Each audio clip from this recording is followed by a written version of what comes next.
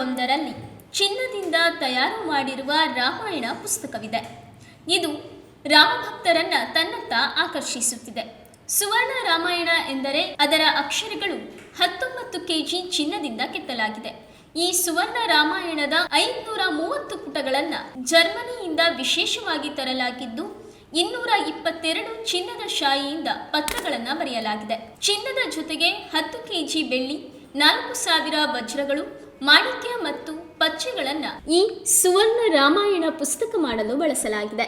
ಇದೀಗ ಈ ಚಿನ್ನದ ರಾಮಾಯಣ ಪುಸ್ತಕದ ವಿಡಿಯೋಗಳು ಸಾಮಾಜಿಕ ಜಾಲತಾಣದಲ್ಲಿ ಎಲ್ಲರ ಪ್ರಶಂಸೆಗೆ ಪಾತ್ರವಾಗಿದೆ.